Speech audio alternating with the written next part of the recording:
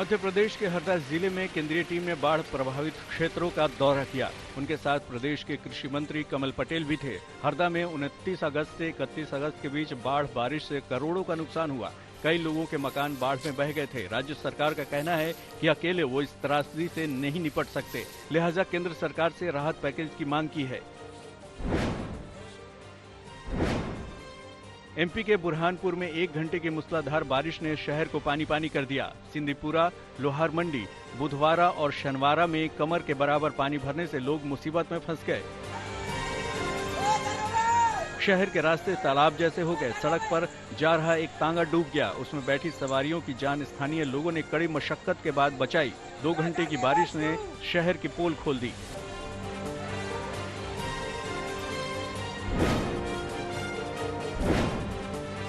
अरुणाचल प्रदेश में बारिश के बाद पहाड़ दरकने से भारी तबाही हुई।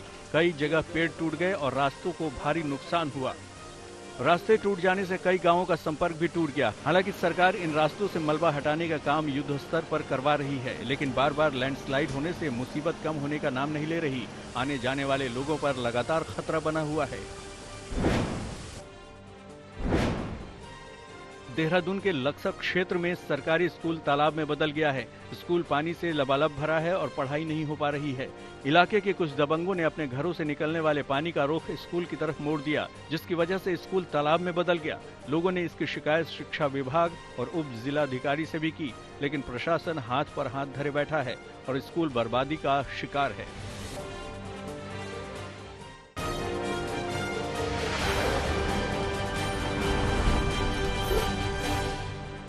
यूपी के फतेहपुर जिले के ओंग थाना क्षेत्र में एक युवती की जिंदा जली लाश मिलने से हड़कंप मच गया। पुलिस को युवती के शव के पास एक मोबाइल मिला है। इसी के आधार पर युवती की पहचान हुई। आरोप है कि युवक ने हत्या करने के बाद जंगल में युवती की लाश जला दी और गायब हो गया। लेकिन जब फोन की जांच करते करते पुलिस युवक तक पहुंची तो उसने भी ट्रेन के आगे कूदकर जान दे दी। पुलिस ने दोनों की लाश पोस्टमार्टम के लिए भेज दी है। यूपी के फिरोजाबाद में एक भीषण सड़क हादसे में एक की मौत और 12 लोग घायल हो गए। शिकोहाबाद में कोठी गांव के समीप रोडवेज बस मिट्टी से लदे डंपर से टकरा गई।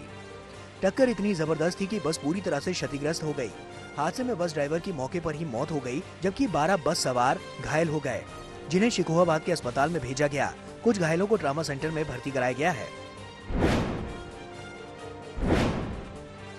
सूरत पुलिस ने एक इंटरनेशनल सेक्स रैकेट का पर्दाफाश किया है। एक स्पा में छापा मारकर एक बांग्लादेशी लड़की को गिरफ्तार किया गया, जिसे मोबाइल दिलाने के बहाने पहले बॉर्डर पार कराया गया, फिर अलग अलग शहरों में दलालों को बेचा गया। पुलिस ने इस मामले में स्पा मालिक, मैनेजर समेत कई दलालों को गिरफ्तार किया है। अब पुलिस को बॉर्डर पार कराने वाले उसके रिश्तेदार की तलाश है। पुलिस इस बात की भी जाँच कर रही है कि दिल्ली, मुंबई और बेंगलुरु में क्या इस गिरोह ने पहले भी लड़कियों का सौदा किया है। सहारनपुर के बारूगढ़ में एक महिला को उसके पति ने चाकू गोदकर उसकी हत्या कर दी। महिला के पिता की शिकायत पर हत्या के आरोप में पुलिस ने पति को हिरासत में ले लिया है। महिला की 2 साल पहले शादी हुई थी, लेकिन दोनों के बीच अक्सर झगड़ा होता रहता था। अमृतसर के भिंड इलाके में बच्चे की पिटाई का एक वीडियो वायरल हो रहा है। बच्चे को उसकी मां ने इतनी बेरहमी से पीटा कि उसके हाथ और पैर की हड्डी टूट गई। 3 महीने पहले दूसरी शादी करने के बाद मां का 3 साल के बच्चे के प्रति व्यवहार अचानक बदल गया और वो अक्सर बच्चे को पीटने लगती थी। पुलिस ने वीडियो देखने के बाद मां के खिलाफ केस दर्ज कर लिया है।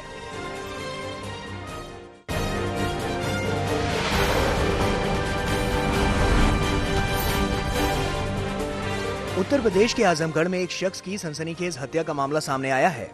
मामला आजमगढ़ के देवगांव का है। यहाँ 7 सितंबर से एक शख्स लापता था, जिसका शव नदी में मिला है। शव बेहद बुरी स्थिति में पाया गया।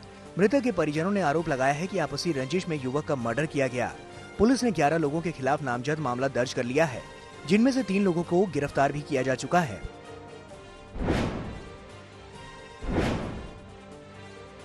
यूपी के बाराबंकी में पुलिस के हत्थे 5 शातिर बदमाश चढ़े हैं। पुलिस ने आरोपियों के पास से चोरी किए गए लाखों के जेवरात, असलहा, लैपटॉप और 40,000 रुपए नकद बरामद किए। बताया जा रहा है कि बदमाशों का ये गैंग सीतापुर का है और ये बाराबंकी और लखनऊ में जिन्हीं जगहों पर चोरी की वारदात को अंजाम देते थे। गिरफ्तार किए जाने के बाद आरोपियों ने बताया है कि उनके पास से बरामद माल लखनऊ में की गई 3 चोरियां और बाराबंकी में की गई 2 चोरियों का है।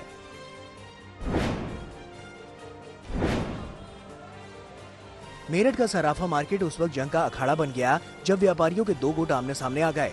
दरअसल 4 दिन पहले यहाँ अमन जैन नाम के सराफा व्यापारी से बदमाशों ने 10 लाख रुपए और 5 किलो चांदी लूटने के बाद व्यापारी की हत्या कर दी थी। लूट और हत्या के बाद व्यापारियों ने बाजार बंद करने का आह्वान किया था, मगर कुछ व्यापारियों ने बाजार बंद करने से इनकार कर दिया। इसी बात को लेकर व्यापारियों के दो गुट आपस में भिड़ गए।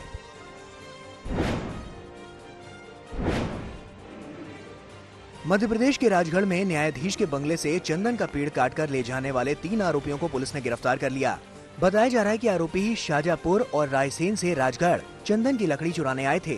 चोरी के बाद पुलिस लगातार आरोपियों की तलाश में दबिश दे रही थी। आखिरकार 3 आरोपी गिरफ्तार कर लिए गए हैं। बाकी के आरोपियों की तलाश जारी है। पुलिस ने पकड़े गए आरोपियों के पास से चोरी की गई चंदन की लकड़ी और ऑल्टो कार जब्त की है।